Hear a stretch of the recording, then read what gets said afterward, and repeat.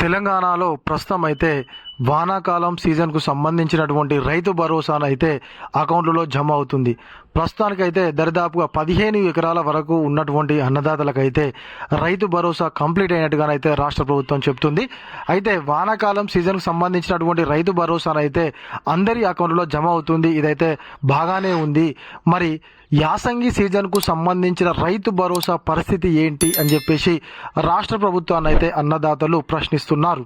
అయితే యాసంగిలో కేవలము 4 ఎకరాల వరకు ఉన్నటువంటి అన్నదాతలకు మాత్రమే రైతు భరోసా జమ చేసినటువంటి ప్రభుత్వం ప్రస్తుతం కేవలము వానాకాలం సీజన్కు సంబంధించిన రైతు భరోసా మాత్రమే జమ చేస్తుంది.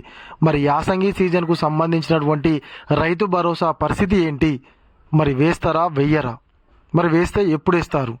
వేయకుంటే మరి ఎందుకు వేయరు? మరి వానాకాలం సీజన్ సంబంధించిందే జమ చేస్తున్నారు, కారణం ఏంటి అని చెప్పేసి అయితే తెలంగాణ రైతాంగం అయితే ప్రశ్నిస్తున్నారు. మరి దీనికి సంబంధించి ఖచ్చితంగా తెలంగాణ వ్యవసాయ శాఖ మంత్రి తుమ్మల నాగేశ్వరరావు గారు అయితే స్పందించాల్సి ఉంది.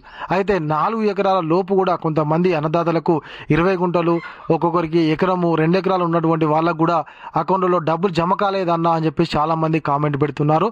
అయితే యాసంగి సీజన్కు సంబంధించింది ఇప్పుడు ఈ దఫా వేసి నెక్స్ట్ మళ్ళీ ఇంకో కనీసం వారం 10 రోజులు గ్యాప్ తీసుకొని వానాకాలం సీజన్ సంబంధించింది వేస్తే బాగుండు, లేకపోతే 2 ఒకేసారి వేసినా కూడా బాగుండు అనేది అయితే అన్నదాతల కోరిక.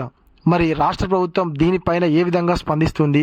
మరి ఎన్నిసార్లు క్యాబినెట్ మీటింగ్ జరిగిన ప్రతిసారి కూడా వేరే వేరే విషయాల గురించి, లేకుంటే రైతు భరోసా వచ్చినా కూడా కేవలం వానాకాలం సీజన్ సంబంధించిన దాని గురించే వాళ్ళు క్యాబినెట్లో చర్చించారు తప్ప యాసంగి సీజన్కు సంబంధించినటువంటి రైతు భరోసా పరిస్థితి ఏంటి, మరి అది అకౌంట్లో జమ చేస్తారా లేదా అనే దాని గురించి అయితే ఇప్పటివరకు జరిగినటువంటి 4 క్యాబినెట్ మీటింగ్లో కూడా ఎక్కడా కూడా రాష్ట్ర ప్రభుత్వం అయితే దాని గురించి చర్చించలేదు. మరి దీన్ని బట్టి చూస్తే మనకు రుణమాఫీ లాగానే మరి రైతు భరోసా కూడా సగంలోనే అయిపోతుందా అని అన్నదాతలు అయితే ఆందోళన వ్యక్తం చేస్తున్నారు. మరి దీనిపైన అయితే త్వరలోనే రాష్ట్ర ప్రభుత్వము స్పందిస్తుంది అని చెప్పేసి నేనైతే అనుకుంటున్నాను. ఇది ఇలాంటి మన వీడియో. ఈ వీడియో కనుక మీకు నచ్చినట్లయితే ఖచ్చితంగా ఒక లైక్ చేయండి, కామెంట్ చేయండి.